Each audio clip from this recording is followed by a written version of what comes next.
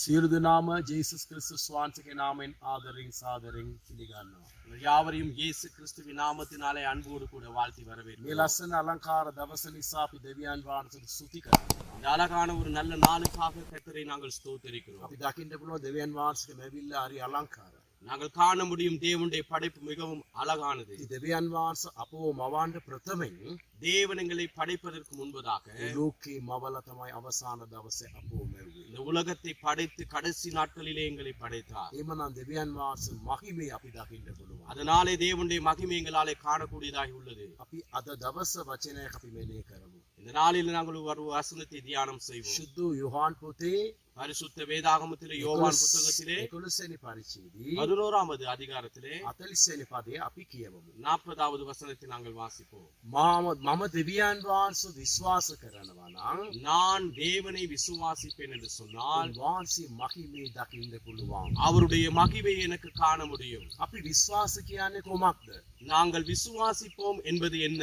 දෙවියන් වහන්සේගේ වචනේ තුලින් තිබෙනා වූ විශ්වාසකම தேவனுடைய வார்த்தையினூடாக இருக்கிறதான விசுவாசம். අපි නිතරම උන්වහන්සේගේ වචනේ කියවන මොහොතේදී நாங்கள் எப்பொழுதும் தேவனுடைய வார்த்தையை நாங்கள் வாசிக்கும் போது අපි උන්වහන්සේ මහිමේ දකින්න පුළුවන්. நாம் அவருடைய மகிமையை காண முடியும். ඉතින් අපි හැදහිලා නැත්නම් අපි විශ්වාස කරන මොහොතේදී நாம் விசுவாசிக்கிற நேரத்திலே දෙවියන් වහන්සේ මහිමේ සහ අපගේ ඇදහිල්ල එතන එකඟ වෙනවා. தேவனுடைய மகிமையும் நம்முடைய விசுவாசமும் அங்கே ஒன்றிணைக்கப்படுகிறது. එතකොට අලංකාර දෙයක් අපි දකින්න පුළුවන්. அப்பொழுது ஒரு அழகான ஒரு காரியத்தை எங்களுக்கு காண முடியும். ඕන ප්‍රශ්න කරදර මොන ආවොත් எப்படிப்பட்ட பிரச்சனைகள், வேதனைகள், கஷ்டங்கள் வந்தாலும் අපට පුළුවන් දෙවියන් වහන්සේ විශ්වාස කරන නිසා எங்களுக்கு முடியும் தேவனை நாம் விசுவாசிப்பது நிமித்தம் අපට පුළුවන් සියලු දේ ජය ගන්න. எங்களுக்கு முடியும் எல்லாவற்றையும் வெற்றி අපි பெறுவதற்கு. සාමාන්‍යයෙන් අපි බලන මොහොතේදී சாதாரணமாய் நாங்கள் பார்க்கிற போது තත්ත්වේ ගොඩාක් අමුතුයි. කියන්නේ තත්ත්වේ හරිලා අප්සෙට් වගේ තිබෙනවා. எங்களுடைய சூழ்நிலை மிகவும் மோசமாய் எங்களுக்கு தென்படும். අපි බයිබලයේ වචනේ විශ්වාස කරනකොට நாம் தேவனுடைய வார்த்தையை விசுவாசிக்கும் போது සුදු රෝම පොතේ 10:17 பரிசுத்த வேதாகமத்தில் ரோமர் 10:10 சொல்லப்படுகிறது. දෙවියන් 10:7 சொல்லப்படுகிறது. රෝම පොතේ 10 වෙනි පරිච්ඡේදයේ 17 වෙනි පදය.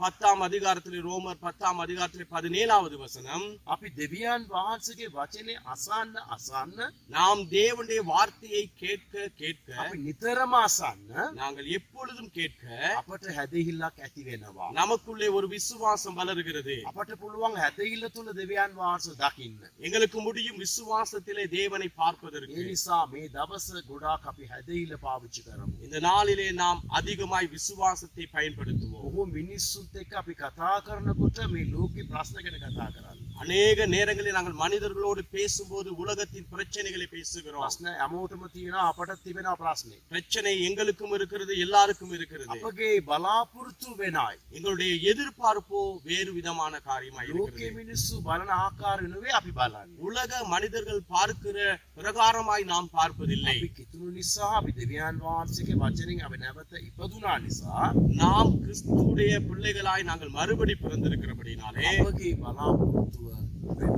எங்களுடைய எதிர்பார்ப்பு வேறு விதமாய் இருக்கிறது. ඒ නිසා මේ කාලේදී අපි ගොඩාක් උන්වහන්සේගේ වචනේ විශ්වාස කරලා இந்த நாளிலே நாங்கள் அதிகமாய் தேவனுடைய வார்த்தையை விசுவாசித்து අපි උන්වහන්සේගේ මහිමේ දකින්න යනවා. நாம் அவருடைய மகிமையை காண்போம். කලබල වෙන්න එපා. கலங்கி போக வேண்டாம். ගොඩාක් අප්සෙට් වාර්තාවන්නේ දැන් ලංකාවේ තිබෙන්නේ. இன்றைக்கு இலங்கையிலே மிக மோசமான சூழ்நிலைகள் எங்கள் மத்தியிலே இருக்கிறது. හැමදාම සමාජික අපි දකින්න දේ මම කියන්නේ. நாங்கள் எப்பொழுதும் எங்களுடைய வாழ்க்கையிலே காண்கிறதான ஒரு காரியத்தை நாங்கள் சொல்லுகிறோம். මිනිස්සුන්ගේ ප්‍රශ්න අපි ඇස්වලට දකිනවා. அநேக மனிதருடைய பிரச்சனைகளை எங்கள் கண்களிலே நாங்கள் பார்க்கிறோம். අපි වෙනස්. ஆனாலும் நாங்கள் வேறுபட்டவர்களாய் දෙවියන් இருக்கிறோம். වහන්සේ අපෝ පාවිච්චි කරලා தேவன் எங்களை பயன்படுத்தி ලෝකේ ආශිර්වාද කරන්නේ. இந்த உலகத்தை ஆசீர்வதிக்க விரும்புகிறார். එහෙනම් අපි සූදානම් වෙන්න අවශ්‍යයි. நாம் ஆயத்தப்பட வேண்டும். අපි උදෑසන උන්වහන්සේගේ වචනේ අතට ගමු.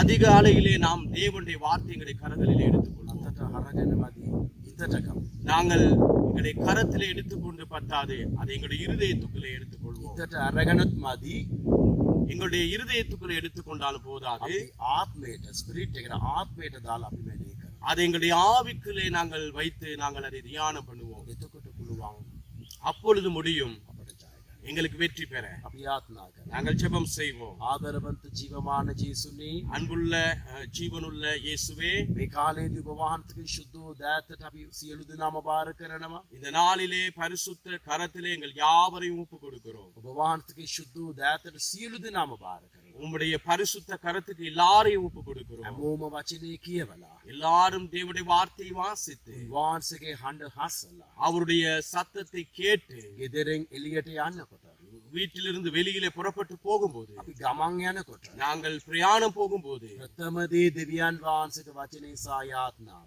முதலாவது தேவனுடைய வார்த்தையும் ஜெபமாய் හැමෝම මේකට පුරුදු වෙන්න. කියන්නේ මේ පුරුද්දට වෙන්න.